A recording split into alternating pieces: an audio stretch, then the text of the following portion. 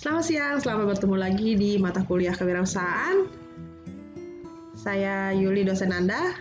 Kali ini kita akan, ini adalah video ketiga. Kali ini kita akan berdiskusi dan belajar mengenai jenis-jenis laporan keuangan. Kita akan belajar satu ini, udah ada judulnya, neraca, laba rugi, perubahan modal, arus kas, dan catatan tambahan. Mari kita mulai. Nah, kalau misalnya kita berbicara mengenai neraca, tentunya dalam pikiran kita biasanya dapetinnya apa sih? Neraca, apa timbangan kali ya? Nah, memang bahasa Inggrisnya itu balance sheet. Jadi memang di neraca ini prinsipnya akan ada keseimbangan. Keseimbangannya seperti apa? Nanti kita lihat. Nah, neraca ini sebenarnya laporan keuangan yang menunjukkan apa? Posisi dan informasi keuangan sebuah perusahaan.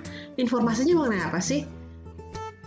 Aset atau aktiva, kewajiban, atau liabilities, dan modal perusahaan atau ekuitas perusahaan secara lengkap dan rinci. Nah, prinsip neraca adalah seperti ini. Ini balance ya, sama dengan apa sih yang dijadikan prinsip? Ini dia. Aset sama dengan liability atau kewajiban ditambah ekuitas. Nah, kita kasih lihat mana ini pointernya, pen ya. Jadi aset ini ada di sini harus seimbang ya, sama dengan liability ditambah equity ya. Jadi di sini tanda sama dengan. Nah, contoh neraca. Nah, seperti kita lihat, neraca merupakan apa? Informasi mengenai aktiva, kewajiban, dan modal. Nah, kita lihat. Aktivanya, sini kita lihat ini ada list aktiva, kas, wesel tagih, piutang usaha, piutang bunga ya. Total aktiva lancar. Apa aktiva lancar, ingat nggak? Aktiva yang mudah sekali dijadikan kas ya.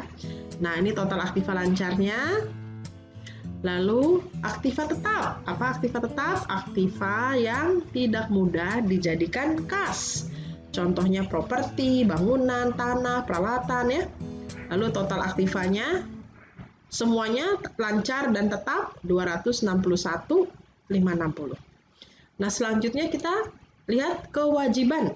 Kewajibannya ada kewajiban lancar, semua utang yang biasanya jangka pendek. Utang jangka pendek. Nah, satunya lagi apa? Kewajiban jangka panjang, biasanya di atas 1 tahun. Nah, kewajiban ini jumlahnya total kewajiban 50.360. Lalu ekuitas pemilik. Nah, ekuitas apa? Modal. Modalnya berapa? 211.200. Nah, prinsipnya apa? Tadi aktiva sama dengan kewajiban ditambah ekuitas. Kewajibannya tadi mana? Ini total kewajiban 50.360 ditambah 211.200 sama dengan 261.560. Jadi cara kita membaca neraca, kita lihat bahwa ini terjadi keseimbangan sama dengan antara aktiva sama dengan kewajiban ditambah ekuitas. Ya. Selanjutnya kita akan melihat laporan laba rugi. Nah, laporan laba rugi tentunya seperti namanya yang dibahas, yang akan diberitahukan, yang akan diinformasikan adalah tingkat laba ataupun tingkat rugi perusahaan. Nanti kita lihat. Nah, laporan keuangan yang berfungsi untuk menilai kinerja keuangan, apakah perusahaan mengalami keuntungan atau kerugian pada satu periode akuntansi. Selain itu fungsinya apa? Ini karena laba itu merupakan penghasilan perusahaan, maka informasi tentang pajak perusahaan juga berasal dari laporan laba rugi. Selain itu, di laporan laba rugi, kita mengetahui, kita belajar, kita mendapatkan data untuk menjadi bahan evaluasi manajemen. Jika mungkin perusahaan mengalami penurunan dalam laba, kita bisa mengevaluasi penyebabnya apa. Ya, jadi merupakan data juga buat manajemen untuk menilai kinerja. Nah, bentuknya contohnya laporan laba rugi. Contoh laporan laba rugi adalah sebagai berikut. Ya, di sini terdapat pendapatan dari penjualan, ya, Anda lihat di atas tuh, ini yang ditunjuk ya, pendapatan dari penjualan 720, lalu dikurangi harga pound, terdapat laba kotor. Laba kotornya 5182,950. Mari kita lihat saja di sini. Ya, nih laba kotor 182. Laba kotor dikurangi apa? Beban-bebannya dikurangi 7820, dikurangi lalu jumlah beban operasi ini. Ya, kita lihat. Nah, lalu laba operasi jadi ini. Lalu terdapat pendapatan dan beban lainnya. Misalnya, jika perusahaan itu mempunyai tanah yang disewakan, itu kan menjadi pendapatan perusahaan, pendapatan sewa. Itu diakui di sini pendapatan sewa. Lalu ada juga mungkin perusahaan mempunyai hutang yang bunganya dibebankan, tentu harus dibayar oleh perusahaan. Nah, ini beban bunga menjadikan laba bersihnya 75.400.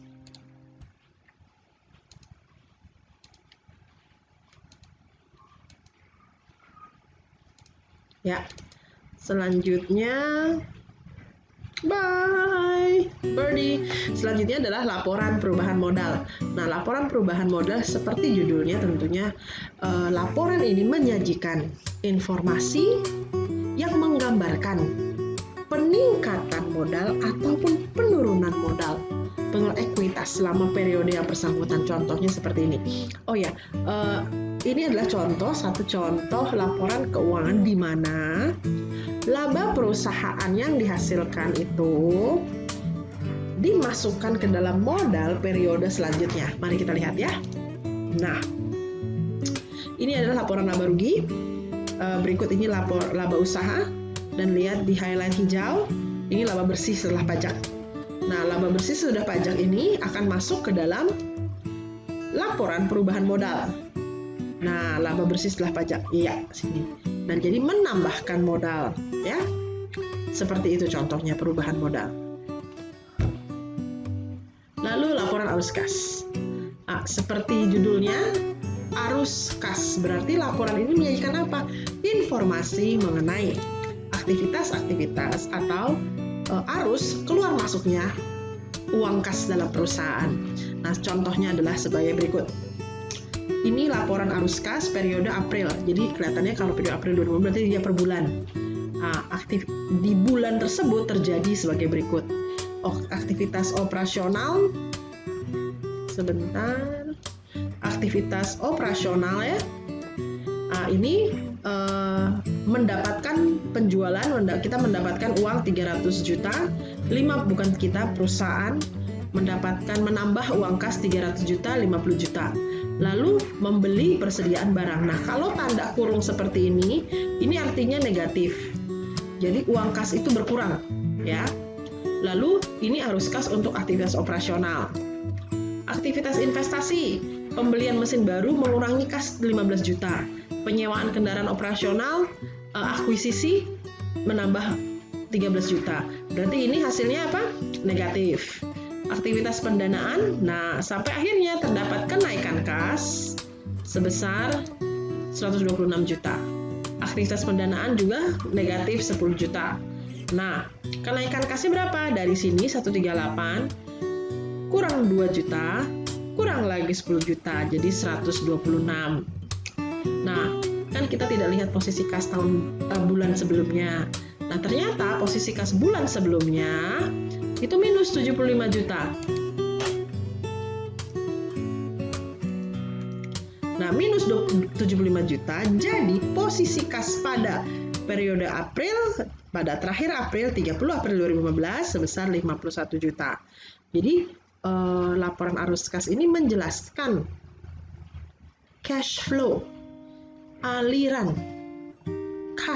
cash uang perusahaan. Nah, mengapa sih laporan arus kas ini dibuat? Hal ini menjadi penting sekali karena jika perusahaan mempunyai banyak harta, tapi semuanya harta tetap, misalnya gedung, tapi cashnya negatif misalnya, maka perusahaan tersebut tidak sehat atau bisa cenderung kayak pilot gitu loh. Kenapa? Karena ada transaksi-transaksi yang mereka wajib bayarkan dengan cash, contohnya gaji pegawai. Ya, jadi kan nggak mungkin gaji pegawai dibayarkan dengan misalnya, oh kamu dapat 1/30 dari harga gedung ya bulan ini. Nah, kan nggak mungkin. Itu dikasih sertifikat gedungnya 1/130. Nah, itu kan nggak mungkin.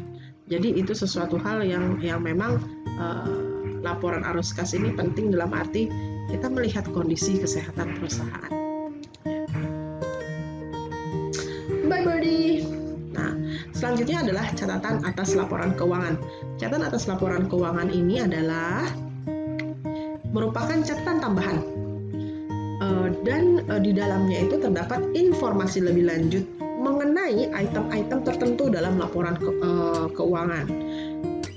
Selanjutnya, catatan atas laporan keuangan ini juga memberikan penilaian yang lebih komprehensif dari kondisi keuangan perusahaan. Salah satu contohnya seperti ini.